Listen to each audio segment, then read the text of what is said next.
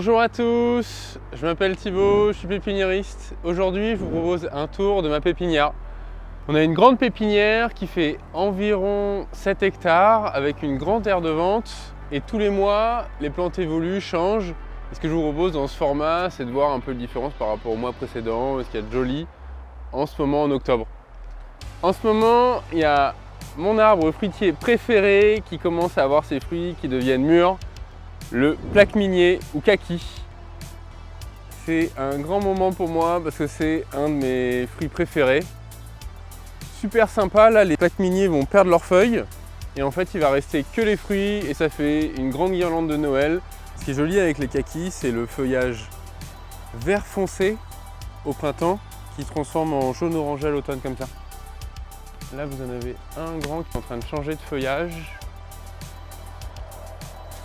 Comme ça, jaune orangé, et à terme il perd toutes ses feuilles, il reste que les fruits.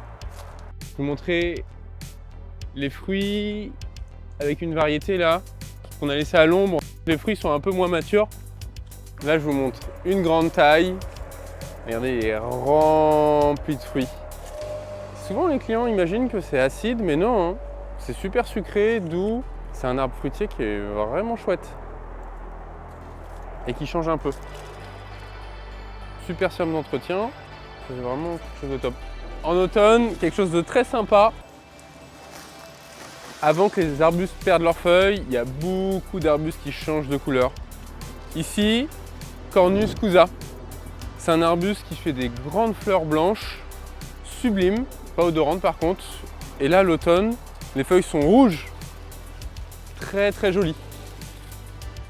Derrière là, planté,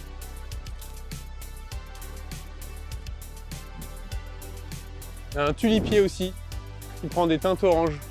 Je vais vous montrer d'autres variétés qui prennent des teintes oranges comme ça. Ils sont très jolies.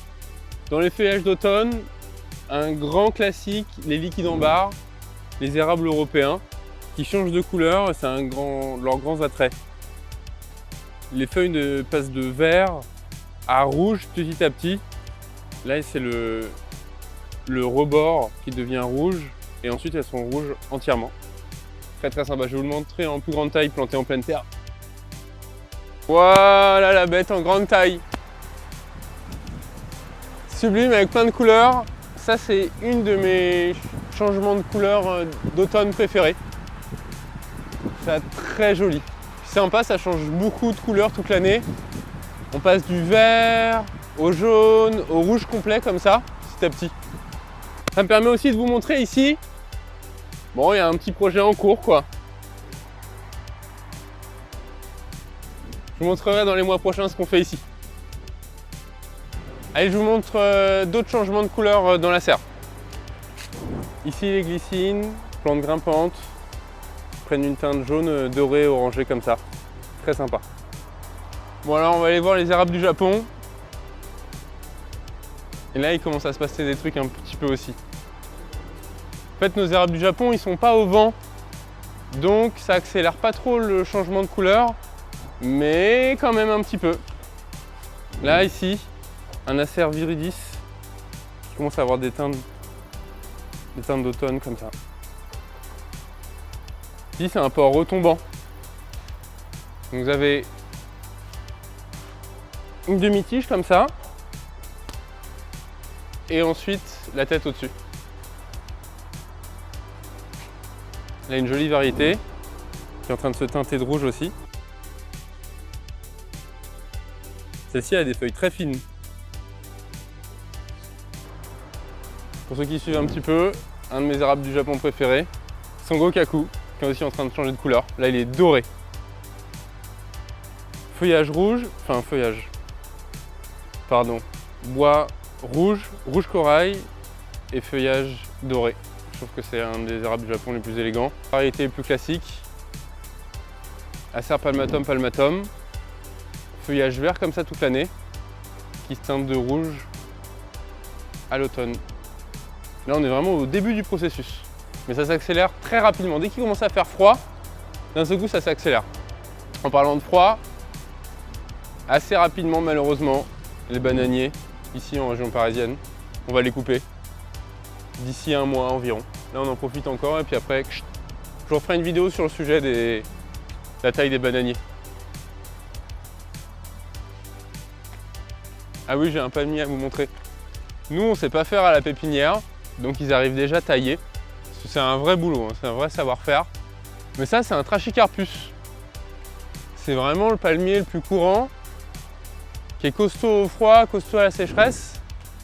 Et en fait on rase son tronc et on a quelque chose, du coup on a appelé ça cocotier, c'est pas du tout un cocotier, hein, c'est la forme cocotier. Et donc on a quelque chose de relativement nouveau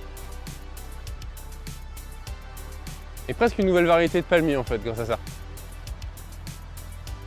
Alors la question qu'on nous pose souvent c'est est-ce que c'est moins résistant? Du coup c'est un petit peu moins résistant, mais à la base ça résiste à moins 22 degrés. Donc là vous avez quelque chose qui va résister à moins 15. Autant vous dire qu'en France ça le fait. Montez dedans comme ça vous voyez la taille.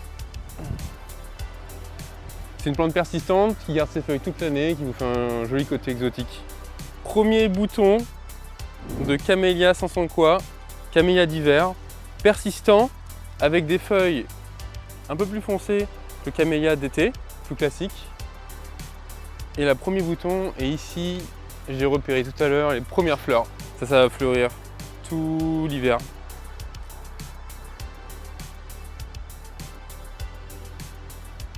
En octobre, en floraison de très sympa, les cyclamènes ont les petites vivaces, petites plantes. C'est vraiment une floraison qui est assez rare, très lumineuse, blanc et violet et rose, très joli. Vous avez aussi les chrysanthèmes. Malheureusement, plante pour les tombes. Moi je trouve ça très joli, ça sent très bon, mais je crois qu'on n'arrivera pas à les mettre en ornement. C'est uniquement pour les tombes, dommage. Là, une plante indestructible, Sedum. Toute petite floraison comme ça. Ça, c'est vraiment une plante super costaud. Au manque d'eau, à la sécheresse. Je vous dis à bientôt. Dites-moi dans les commentaires si ça vous a plu. Je vous souhaite une bonne journée, puis au mois prochain.